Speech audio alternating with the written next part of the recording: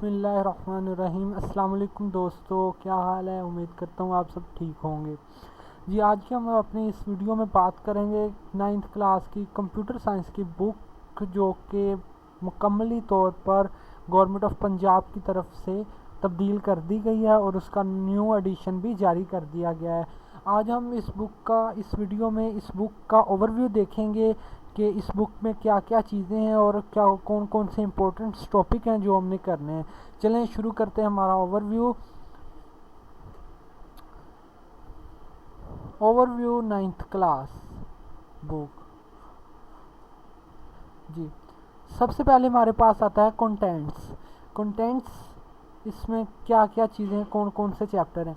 जी, सबसे पहला हमारा चैप्टर नंबर 1 है प्रॉब्लम सॉल्विंग, यानी कि इस चैप्टर के अंदर आपने प्रॉब्लम को सॉल्व करना है। ठीक है, कंप्यूटर की जितनी भी प्रॉब्लम्स हैं आपने वो सीखनी है कि किस तरह सॉल्व की जा सकती हैं।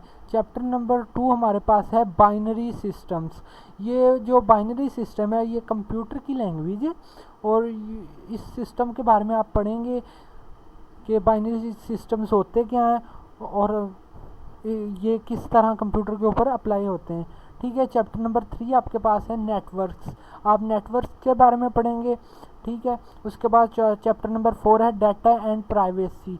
डाटा और प्राइवेसी के बारे में आप जानेंगे कि क्या होती है। नंबर 5 होता है डिज़ाइनिंग वेबसाइट। ये वेरी इंपॉर्टेंट चैप्टर है, प्रैक्टिकल के लिहाज से भी अगर देखा जाए तो बहुत ही इम्पोर्टेंट क्वेश्चन आता है इसमें से। चलें, सबसे पहले हमारे पास चैप्टर नंबर 1 आ जाता है प्रॉब्लम सॉल्विंग। जी, इसके कुछ इम्पोर्टेंट टॉपिक्स हैं, आए देखते हैं कौन कौन से इम्पोर्टेंट टॉपिक्स हैं इसके अंदर। सबसे पहले जो पहला टॉपिक है वो है प्रॉब्लम सॉल्विंग स्टेप्स, कि आप प्रॉब्लम को कितने स्टेप्स के अंदर कौन कौन से, आपको क्या क्या तरीकाकार आपका होना चाहिए कि आप प्रॉब्लम को सॉल्व कर सकें, वो आप इस टॉपिक के अंदर पढ़ेंगे। जी, उसके बाद दूसरा टॉपिक है हमारे पास फ्लो चार्ट। फ्लो चार्ट क्या होता है, ये प्रोग्रामिंग को रिप्रेजेंट करने के लिए इसकी डेफिनेशन इस तरह की जाती है, the pictorial representation of algorithm is called flow chart. ठीक है, एल्गोरिथम की पिक्टोरियल रिप्रेजेंटेशन को फ्लो चार्ट कहते हैं। तीसरे नंबर पर हमारा जो टॉपिक है वो है एल्गोरिथम। एल्गोरिथम क्या है, ठीक है। इसके बाद आएगा टेक्स्ट डाटा। टेक्स्ट डाटा जो कि हम लिखते हैं, ठीक है, डाटा टेक्स्ट डाटा। उसके बाद 5वें नंबर पे है identification and correction of errors, कि आप कंप्यूटर के अंदर किस तरह से एरर को तलाश करेंगे और किस तरह उन्हें करेक्ट कर सकते हैं। ठीक है, उनकी करेक्शन आप किस तरह कर सकते हैं। ठीक है, इसके बाद हमारे पास आखिरी है वेरिफिकेशन एंड वैलिडेशन। जी, इसके बाद हमारे पास आता है अगला जो हमारा चैप्टर है वो है बाइनरी सिस्टम्स। बाइनरी सिस्टम्स यानी कि कंप्यूटर की लैंग्वेज होती है। ठीक है, इसके इम्पोर्टेंट टॉपिक्स हम देखेंगे, डिस्कस करेंगे कि इम्पोर्टेंट टॉपिक्स इसमें से कौन कौन से हैं। ठीक है, नंबर 1 जो पहला टॉपिक है वो है इंट्रोडक्शन टू नंबर सिस्टम्स।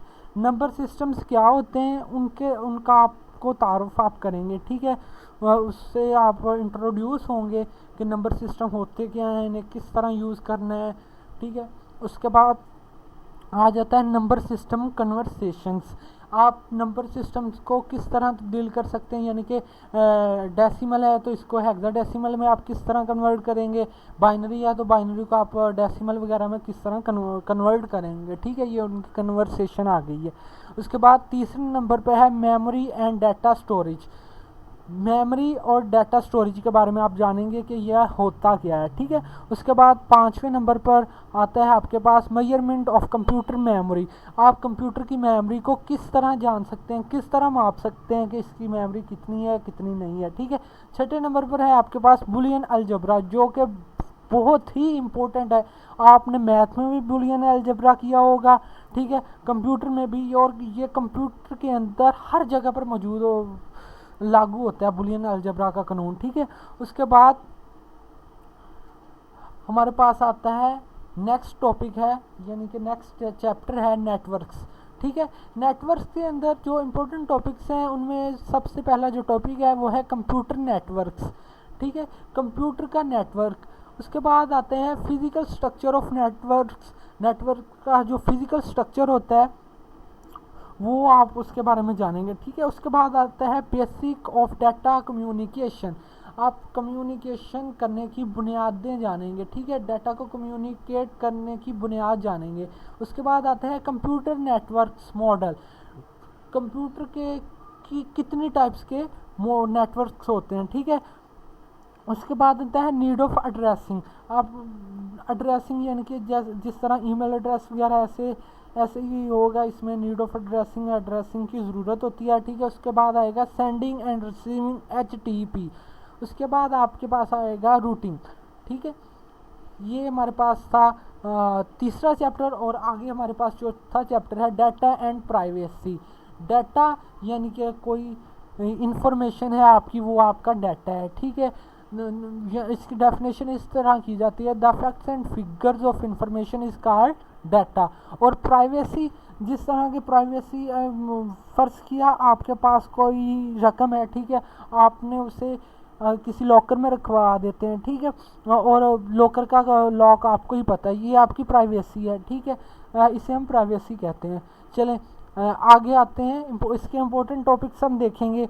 पहला इसका इम्पोर्टेंट टॉपिक है इश्यूज रिलेटेड टू सिक्योरिटी, कि जब सिक्योरिटी के अंदर हमें कौन कौन से इश्यूज दरपेश आते हैं और हम उनको किस तरह सॉल्व करेंगे। कंप्यूटर की सिक्योरिटी के अंदर यानी कि हमारा सिस्टम हैंग हो जाता है, ठीक है, इस तरह के बहुत से इश्यूज आते हैं कंप्यूटर में, वो हम इससे पढ़ेंगे। उसके बाद हमारे पास आता है importance of data privacy, data privacy की इम्पोर्टेंस के बारे में जानेंगे, इसकी अहमियत को जानेंगे, ठीक है। उसके बाद हमारे पास है सिंपल इंसरप्शंस। उसके बाद है इंसरप्शन विद कीज़ एंड पासवर्ड्स, के कीज़ और पासवर्ड्स के बारे में जानेंगे, किस तरह लगाते हैं, किस तरह इनको खोल सकते हैं। उसके बाद आएगा साइबर क्राइम। साइबर क्राइम क्या होता है कि जो आजकल ट्रेंड बन चुका है पाकिस्तान में, बहुत अफसोस से कह सकते हैं कि ट्रेंड बन चुका है किसी की यानी कि वीडियो को लेना और उसे इंटरनेट पर अपलोड कर देना, साइबर क्राइम, या किसी की वेबसाइट को हैंग कर लेना, किसी के यूट्यूब को हैंग कर चैनल को हैंग कर लेना, इस तरह की बहुत सी साइबर क्राइम की वारदातों में शामिल होता है। साइबर क्राइम के बारे में पढ़ेंगे। उसके बाद हमारे पास आखिरी टॉपिक आता है वेब डिज़ाइनिंग, इसके इम्पोर्टेंट टॉपिक्स हम देखेंगे। इंट्रोडक्शन टू HTML, ठीक है। इसके बाद हमारे पास आएगा टेक्स्ट फॉर्मेटिंग, यानी कि दौरान जब आप वेब डिज़ाइन कर रहे होंगे तो उसके अंदर जो आप टेक्स्ट लिखेंगे उसकी फॉर्मेटिंग के बारे में लिखे पढ़ेंगे कि उसकी फॉर्मेट कितनी होनी चाहिए, उसका स्टाइल क्या होना चाहिए, और टेक्स्ट का रंग कैसा होना चाहिए, ये सब कुछ आप इसके अंदर पढ़ेंगे। उसके बाद आपके पास आ जाता है क्रिएटिंग लिस्ट, फिर आप उसके अंदर जो लिस्टें बनाते हैं, यानी कि इनबॉक्स आ जाता है, ठीक है, होम आ जाता है, कोई बुक्स आप उसके अंदर नोट्स को ही देते हैं अपनी वेबसाइट के ऊपर, तो फिर वो क्लास वगैरह का नाम, ये आपकी लिस्टिंग हो जाती है, ठीक है। उसके बाद आपके पास आ जाता है इमेज एंड बैकग्राउंड, कि आप जो अपनी वेबसाइट के ऊपर इमेज लगाते हैं और उसका जो बैकग्राउंड होता है, ठीक है, उसका जो स्टाइल होता है वो आप किस तरह चेंज कर सकते हैं, इमेज को किस तरह ऐड कर सकते हैं।